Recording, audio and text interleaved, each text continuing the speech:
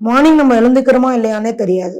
Everybody knows that. இப்போ அந்த flight crash நடந்தது, யாருக்கா தெரியுமா நடக்க போகுதுன்னு? தெரியாது.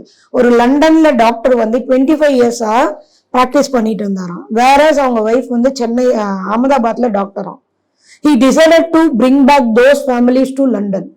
He came out from London to Ahmedabad.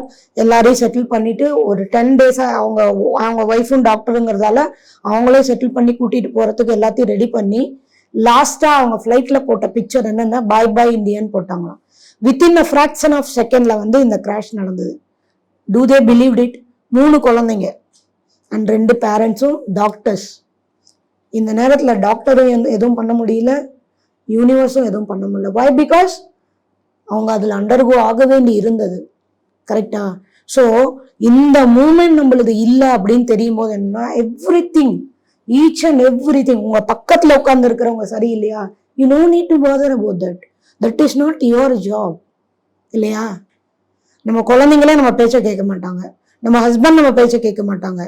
அப்ப இருக்கும்போது நம்ம பக்கத்துல இருக்கிறவங்களும் நம்ம ஃப்ரெண்ட்ஸும் நம்மளை சுத்தி இருக்கிறவங்களும் கரெக்டா பெர்ஃபெக்டா இருக்கணுங்கிறது எந்த விதத்துல நியாயம்?